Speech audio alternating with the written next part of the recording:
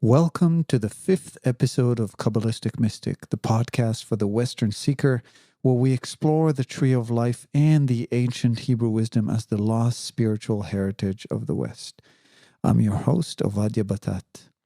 Ancient wisdom tells us that we're all androgynous beings, a complex and infinitely unique expression of a masculine and feminine principles. In this episode, part 1 of 2, we'll talk about what that means and how this statement serves as the central idea behind the tree of life and consequently behind consciousness itself. In next episode, part 2, we'll demonstrate how androgyny manifests in the human mental, emotional, and physical behavior and how we can pay attention to our own masculine and feminine tendencies. Now today, we'll also be answering some listeners' questions. And so before we start, I want to remind you that your questions are welcome and that no question is irrelevant. They tell me what you want to know and help me build new episodes. I'll try to answer all questions on the show. Unless they're too personal, then I'll answer them directly. So keep them coming. You can ask me questions on the Kabbalistic Mystic Facebook page, on Twitter, where I go by Hebrew Mystic, or by emailing me directly.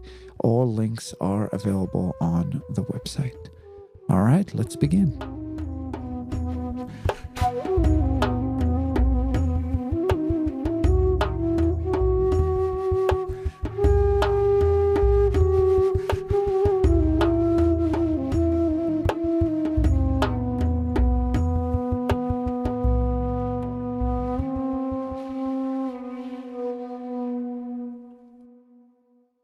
If we are to take one thing and one thing only from the tree of life, it's the following statement.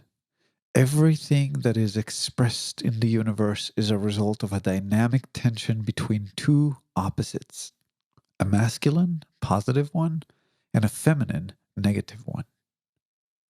Carl Jung, the famous Swiss psychiatrist and psychotherapist who founded analytical psychology, articulated it this way. There is no energy unless there's a tension of opposites. Einstein taught us that energy equals matter, which means that all matter in the universe is a result of tension between two opposites as well, just like energy is. And we can actually see this even in the smallest of matter particles in the atom, which constitutes of negatively charged electrons circling around the positively charged protons. There is no light without darkness. If there was only light, you wouldn't be able to see anything. It is the tension between light and darkness that allows us to see.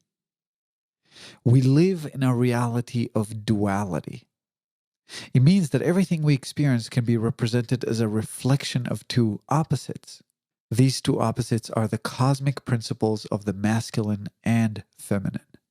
Hebrew wisdom tells us that the first emanation of light was an act of separation between light and darkness. The Hebrew Bible says, male and female he created them. That's in Genesis. Now this verse is listed prior to the creation of Eve. It's describing the creation of Adam, the metaphor for the first creation, the first emanation in the image of the Creator, depicted by the tree of life. Male and female he created Adam. To understand what this means, let's look at an electronic appliance. Now, to simplify, let's take software out of the equation. So imagine an old-fashioned toaster or a vacuum. The appliance is designed to resist the energy flow you provide it. The energy flow has two polarities, the positive and the negative. The positive pole provides the energy and the negative pole receives it. One cannot exist without the other. Without the positive pole, there is no charge. Without the negative, to receive it, charge cannot flow through the electrical line and into the appliance.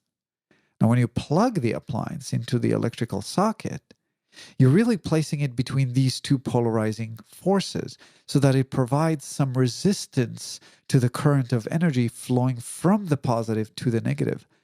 All appliances are really resistors.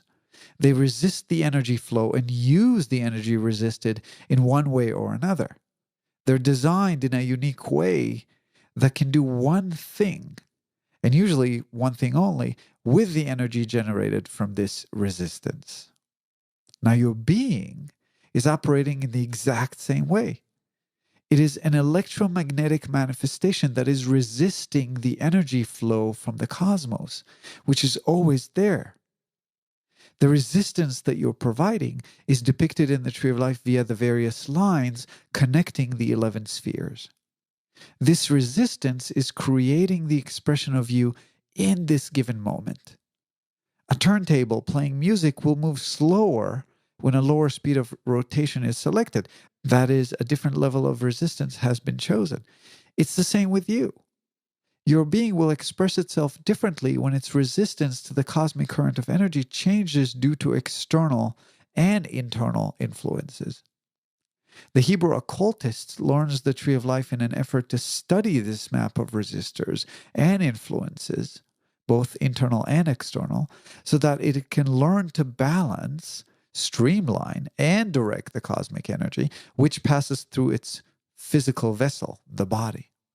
When the light is streamlined through our vessel without any resistance, we experience and emanate unconditional love.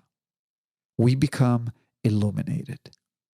That is the ultimate purpose of the Tree of Life as a spiritual framework.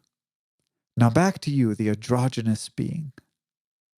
What does it mean to be androgynous? I mentioned this concept once to someone and they said, isn't that when someone has both the male and female genitalia? And the answer is no, that is a hermaphrodite. To be androgynous has nothing to do with our physical gender. It means that we contain both male and female principles and that the balance between them creates our external conscious expression, which is usually biased to one side or another. Even people who define themselves as androgynous are usually leaning towards one side or another, if not in expression and mental disposition, then in physical gender. True unity exists only in the divine manifestation. As long as we live in the world of duality, which by now we see how it got its name, we will show duality through our conscious expression. Every motion, emotion, thought, speech, physical manifestation, may it be a movement, the way our body looks like, the sound of our voice, will have an expression which will be distorted from the unity of these two principles. That is, it would be predominantly masculine or feminine, not as an absolute value, but as an infinitely unique manifestation of life itself. So imagine a line that represents the range of human expression. Right in the middle, that's unity. The masculine side will be to the right of that center, and the feminine will be to the left. Every expression your being manifests is somewhere on that line. Now, say the line represents your voice. You might be a woman or a man, but if you have a deep masculine voice, you are somewhere on the right side. If your voice sounds feminine, it's on the left. Say the line represents your vessel, the human body. If you have female genitalia, you're on the left side. If you have masculine genitalia, you're on the right. If you are a hermaphrodite, you are somewhere in the center. But even if you are a hermaphrodite, chances are one gender is usually more predominant than the other. Often one set of genitalia is non-functional. Say the line represents the way you move. You might be on the left or on the right. A man who is more flamboyant in his movements might fall on the left side, for example, regardless of his sexual orientation. How many women do you know who have masculine voice or walk like a man? I'm sure more than one. There's many men who are very masculine in their expression, yet feminine in their hand and upper body movement. Donald Trump is a good example. If you watch him speak at a podium, you'll see what I mean. I invite you to perform an exercise. Sit in a mall or a place with high traffic of people and just observe those who pass by. Focus on one quality at a time. Say the way they move, the way they dress, maybe their hand movement or their voice if you can hear them. And ask yourself if they move in a masculine or feminine way.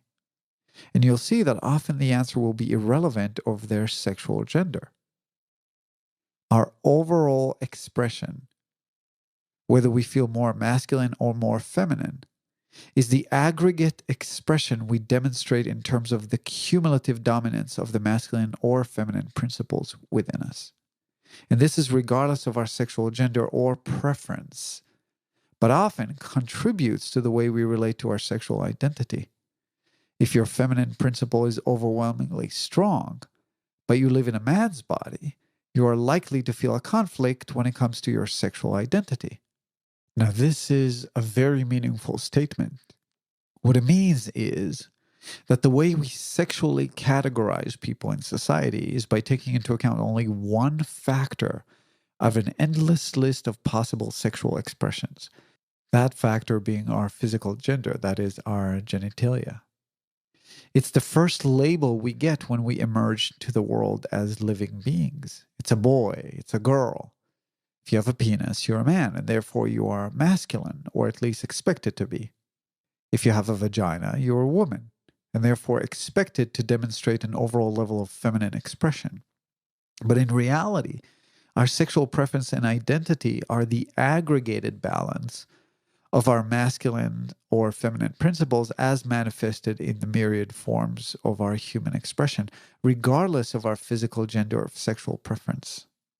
The fight for equal rights for the LGBT community asks that when our gender is evaluated, society will take into account other criteria than just our physical vessel. Now, it is true that most men, that is, human beings with penises, are masculine in their expression, and those with vaginas are more feminine, no doubt, and there are reasons for that in the overall scheme of cosmic creation. Think of it as a reversed bell curve, where the marginalized areas in the middle have the painful task of expansion and diversification, leading us towards deeper understanding of our own nature. The key point here is to understand that we all have both principles, skewed in each incarnation to one side or the other. This understanding is needed not only so that we can be more tolerant with one another, but to understand our own sexual nature as it relates to our spiritual evolution. Let's go back to Carl Jung. Here's the rest of his earlier statement, and I quote, "There is no energy unless there is a tension of opposites. Hence, it is necessary to discover the opposite to the attitude of the conscious mind." Now, here's why. The concept of duality states that each and every one of us contains the entire spectrum. For example, if you're predominantly masculine in your expression, you have a feminine side, which is the opposite of the attitude of the conscious mind, as Jung articulates.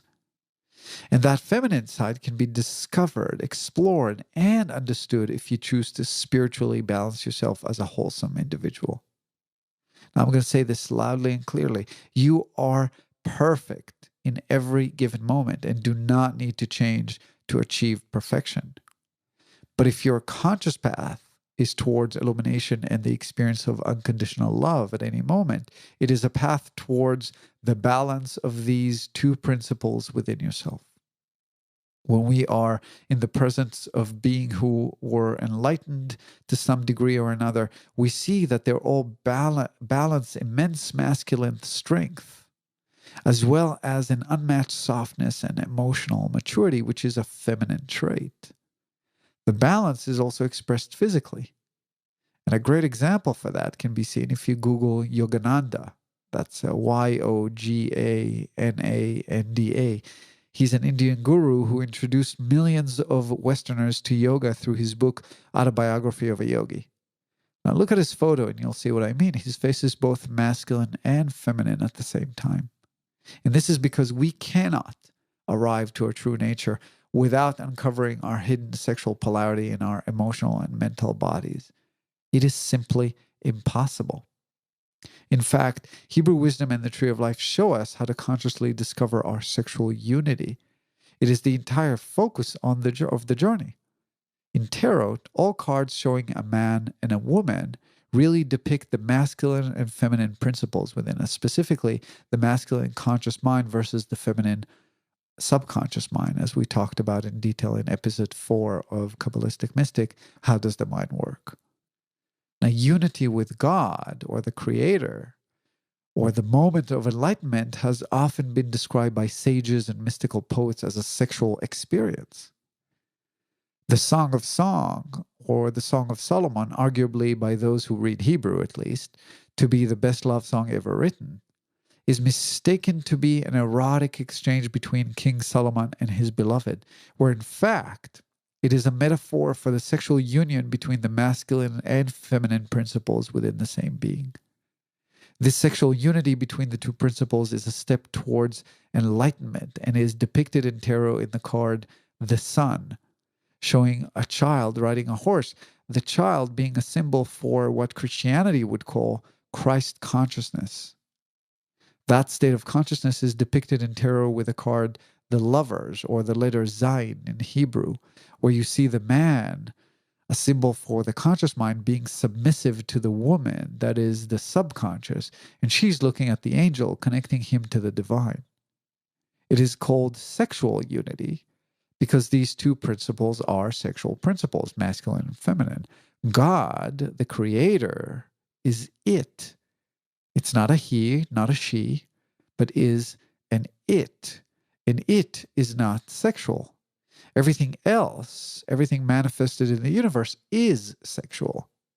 Now, interestingly enough, the Hebrew language does not contain the word it, nor does it have a way to express anything as gender neutral. That is, every object must be either feminine or masculine. Every noun must have some kind of a gender to it. A table in Hebrew is masculine. A spoon is feminine.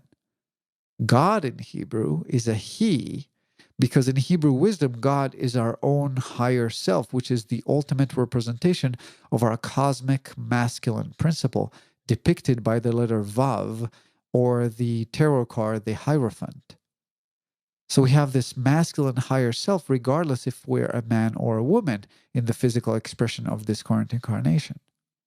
Mother Nature, which is the cosmic subconscious, is the ultimate feminine principles of us all, represented by the letter Gimel, or the tarot card called the High Priestess. The Creator of the universe is neither masculine or feminine and cannot be addressed or even expressed in the Hebrew language, as if to make a symbolic point that it is beyond our comprehension and reach. The concept of God being our own masculine higher self as one member of the Holy Trinity, which also includes the divine feminine and the illuminated self-conscious human, is unfortunately long forgotten in traditional Judaism and Christianity, contributing to the patriarchal nature of these religions. I remember when I was a kid, I used to play with magnets. I don't know if you had a chance to do that, but I used to love holding the magnets close to each other, positive polarity to positive polarity or negative to negative, and feel the force of rejection, the repulsion between these two similarly polarized sides of the magnet. I also love to get them closer and closer to each other on the table until their snap got close enough to attract each other and came together glued. Now, magnets reflects the simplified concept of duality perfectly. They show us that our inherent nature is to strive towards equilibrium. That is, it's not something we have to do consciously. We do it naturally and subconsciously through attraction or rejection, two sides of the same coin. They are both invoked responses to a demonstrated human quality that is mirroring our hidden, unexpressed subconscious side. In other words, those we are attracted to are those who demonstrate qualities that mirror what we desire to expose within ourselves, either consciously or subconsciously. That is why we fall in love with the other gender, or if within our own gender, with someone who's mirroring our sexual expression as masculine or feminine being. We fall in love because we see in them all the hidden parts that we miss and long to uncover within ourselves. Similarly, we are repelled by those who demonstrate qualities that mirror what we refuse to see in ourselves. I have a friend who is very heady and analytical like me, And she tells me I always fall in love with artists and musicians. Now, the same was with me. When I met my wife, I was an engineer, for which art was kind of a dirty word. And my wife was a yoga teacher and an artist. And when I saw her, it was like, boom, immediate.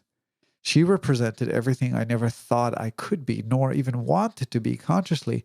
However, 9 years later, I practice yoga every day, and I'm very much in touch with my artistic, intuitive, and abstract side.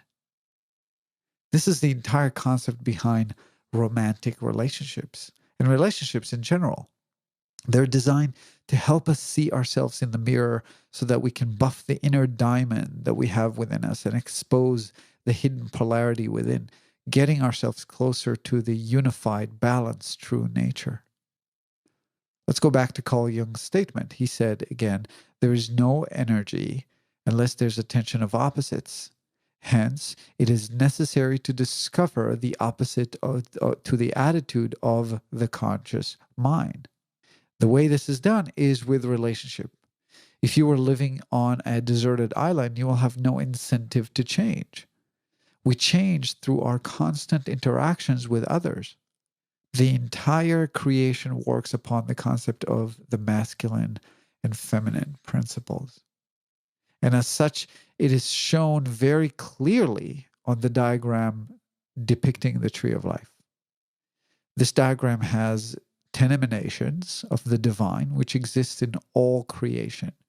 And it has 3 columns, a masculine column, a feminine column, and a central column, which represents the unity or balance between the two opposing principles.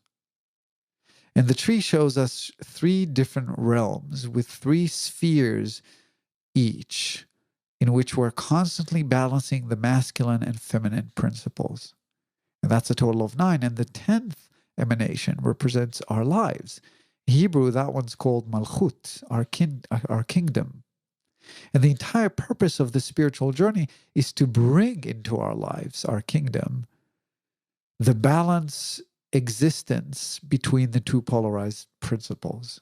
We do this by balancing the polarity in each one of these 3 realms, which follow the progression of the cosmic energy as it animates us into action. The first realm is the mind, the second is the heart, or the seed of emotion, and the third is the seed of action.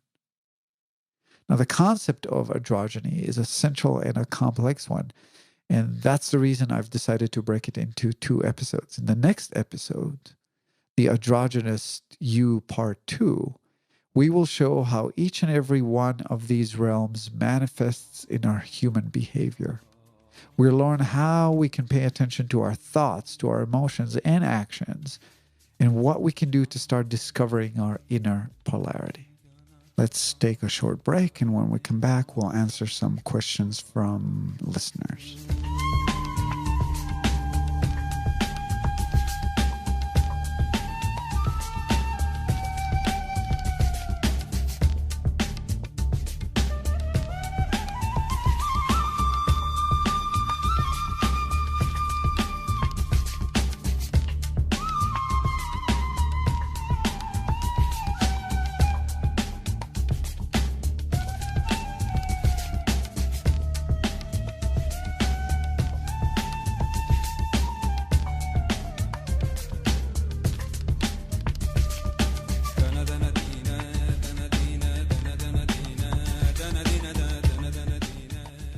At this point, I would like to answer some listener questions. And the first question we have is from Deborah, who lives in Spokane, Washington. And she asks, what's the difference between love and desire? That's a very deep and meaningful question, Deborah. Desire is the feminine half of the essence of man, which is balanced by will, the masculine side of human essence. So we have pleasure and will. Pleasure is the feminine, will is the masculine. When you desire something, you have will to go get it. So in essence, pun intended, the masculine serves the feminine. The stronger the desire, the stronger the will. Love, on the other hand, is an emotion in a state of consciousness. In other words, you can desire love, but no one loves desire. Desire in its core is a state of lack. There is something that you want and don't have. You love what you desire, but you don't love the desire itself. And we often confuse between love and desire because it seems that love creates desire and that desire causes us to love. And this is actually not true. True love does not desire, it just is. And our true desire does not create love. Love has always been there and cannot be created. However, when we have false desire, it's very easy to confuse that with love. False desire is a desire that is created by our ego personality. It's a desire that for something that is covering a perception of an inner or outer lack. You might think you're not beautiful and so want a beautiful wife or a beautiful husband, which will make you feel attractive. After all, they chose you. You might think that you're not an artistic person and would be drawn to artists and musicians, easily falling in love with them. You might have insecurities around your social status and therefore love money and material possessions. Our true self is perfect and lacks nothing, and therefore we desire nothing. False desire is not a bad thing. I want to stress that. In fact, Hebrew wisdom tells us that it's the biggest clue we have to our next step in our psychospiritual journey. It's telling us what we need to explore, which is done by asking why. Why do I desire what I desire? When we ask that relentlessly, we cannot but progress on our psychospiritual path. In fact, leaning into the desire consciously and mindfully while ensuring we never hurt others is one of the greatest strategies to expedite our journey. And we'll talk more about that particular strategy when the time comes. Now, when we fall in love, we feel desire for the other person. And that is because we're pulled to them like a magnet. But why do we fall in love? Again, this is because a sense of lack, which is intrinsically human.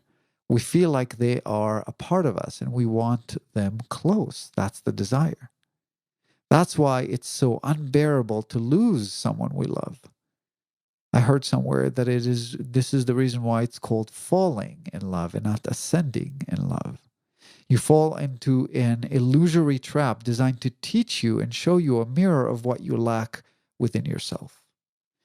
Now, when two people come together with the determination to treat a relationship as a platform to evolve themselves psychospiritually, that is, to be mirrors for each other, their highest teachers, the result can be very powerful. The relationship becomes an accelerator for transformation.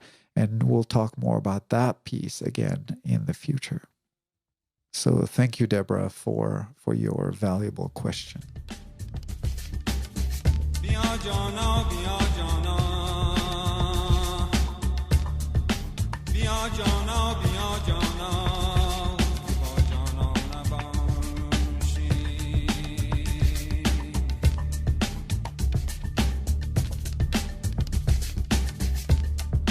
یکی شمع و یکی گلو یکی پروانه باشیم باشیم باشیم باشیم باشیم.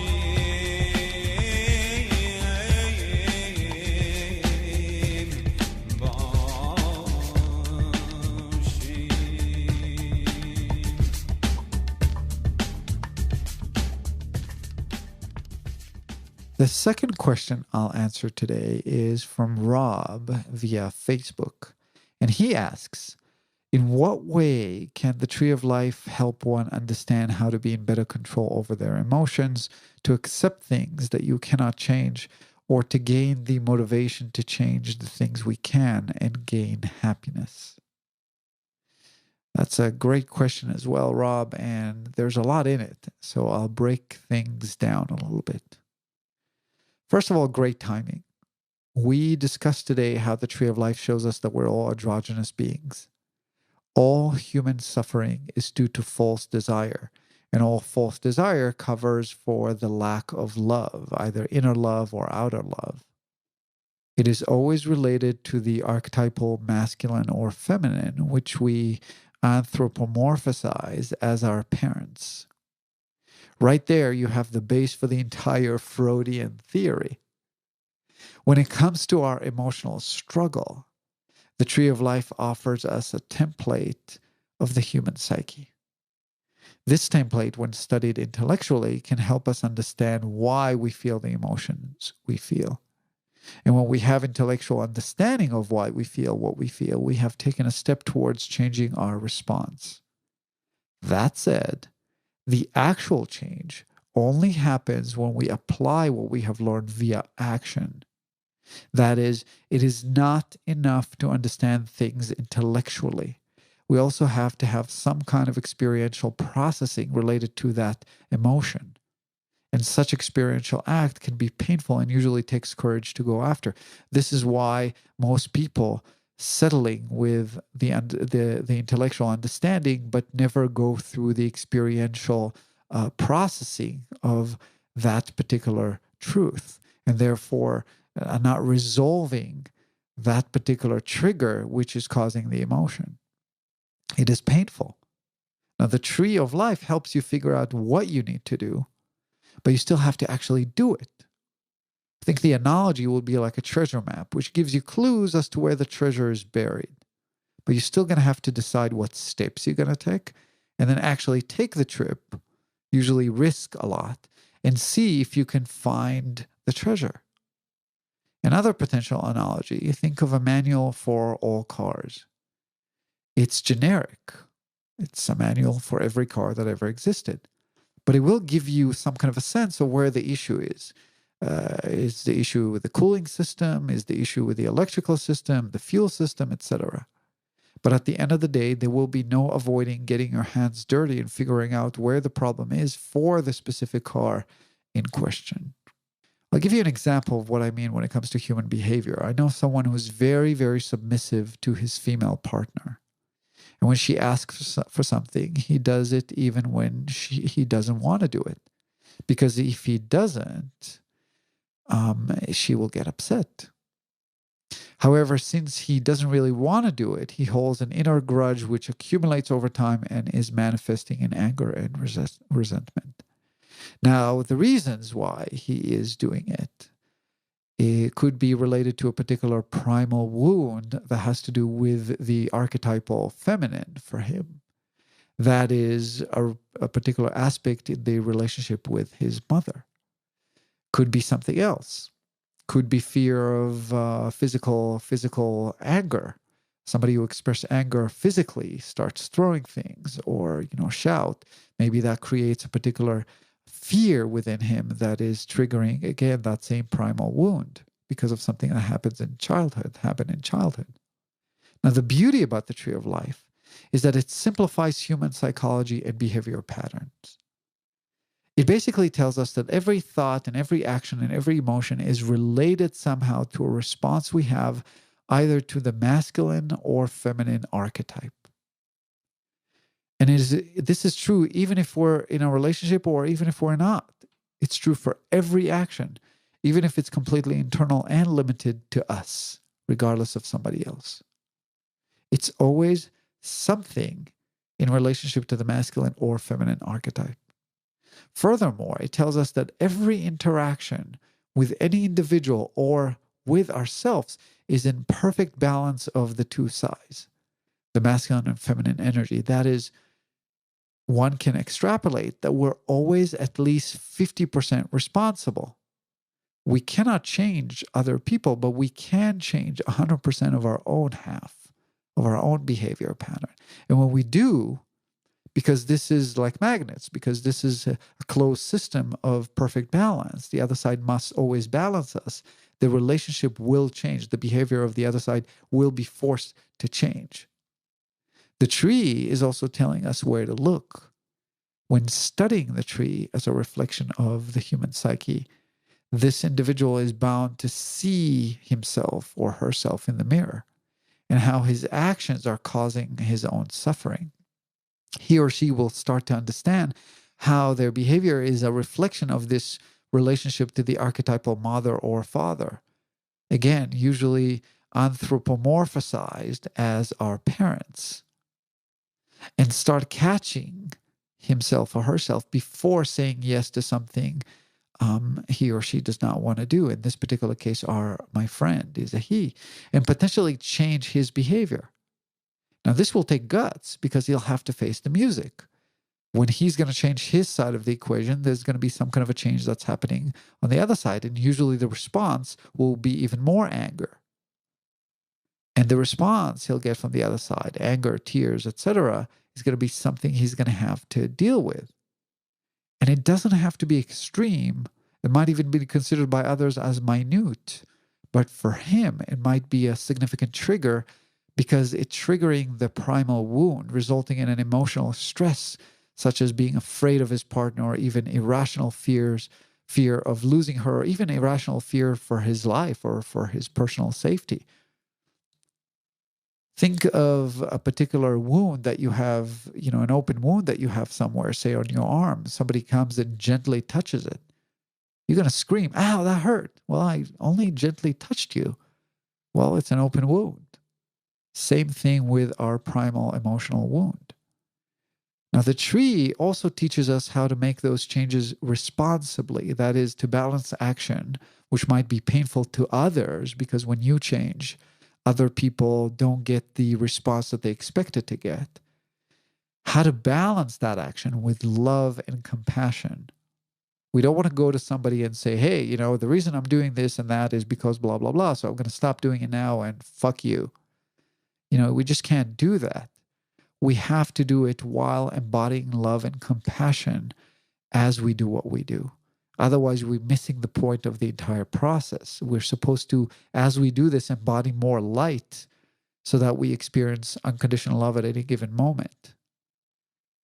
So the tree will also teach this particular individual that I'm talking about to learn how to say no responsibly, gradually, lovingly, and over time, let go of this obsession with satisfying the feminine.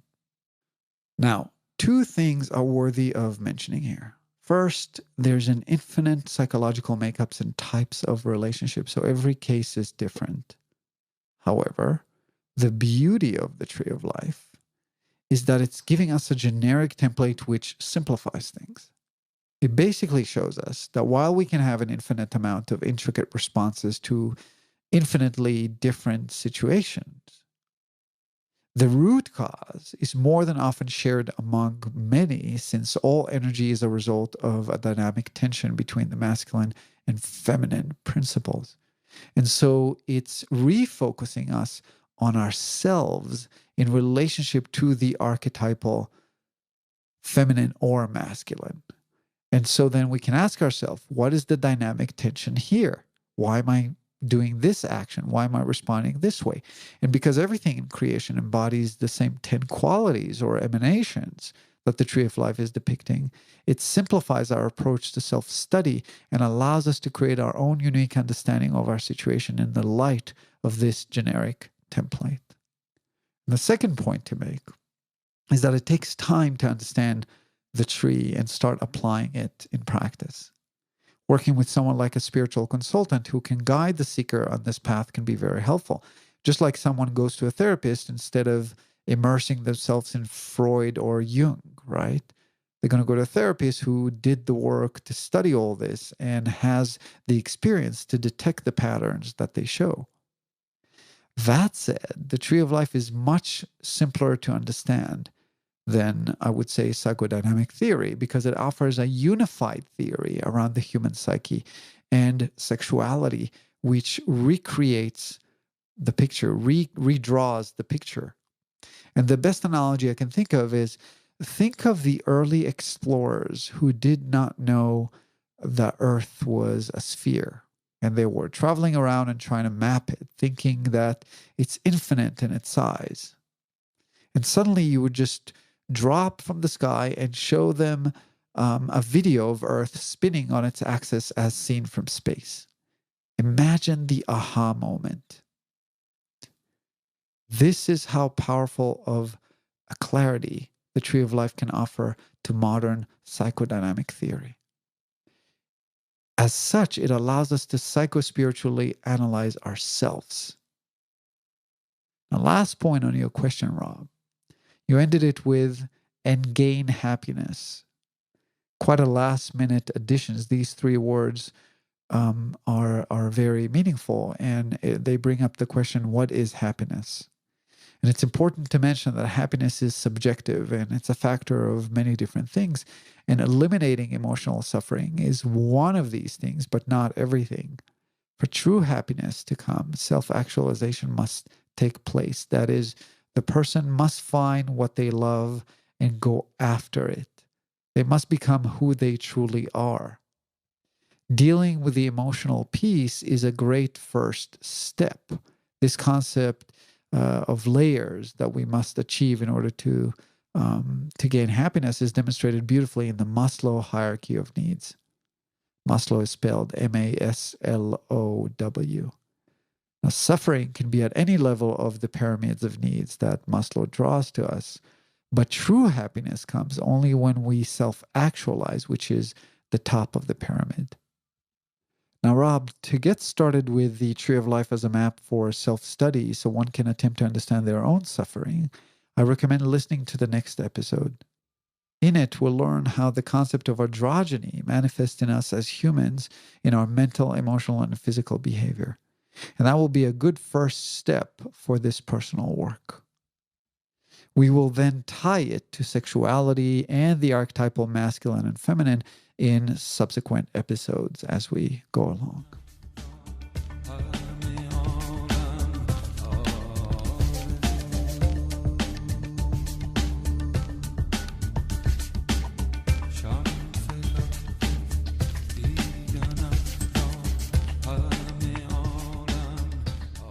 This concludes the 5th episode of Kabbalistic Mystic.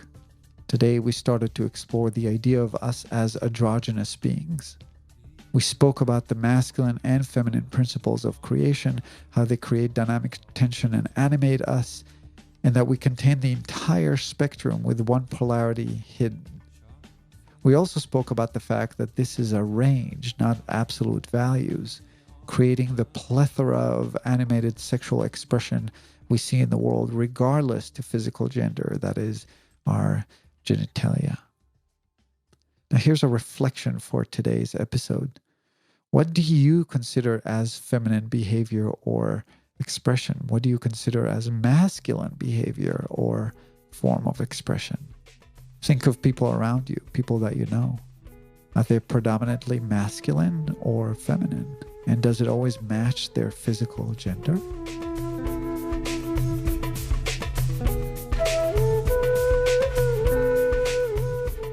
I want to thank you for listening to Kabbalistic Mystic. Join me next week as we continue to explore the idea of androgyny in part 2 of this topic. Now, if you enjoyed this show, please do take a moment to review it on iTunes. This show is free, and the only way I can sustain, grow, and continue it is with the support of listeners like you. Ratings and, of course, constructive reviews allow me to gather more audience. To give a review, go to www.kabbalisticmystic.com and click podcast from the top menu, then write a review. Today, I played music by Brahmji, a song called Prayer. You can find the link in the show notes. I'm Batat, your host from Spokane, Washington. May you find love in every moment.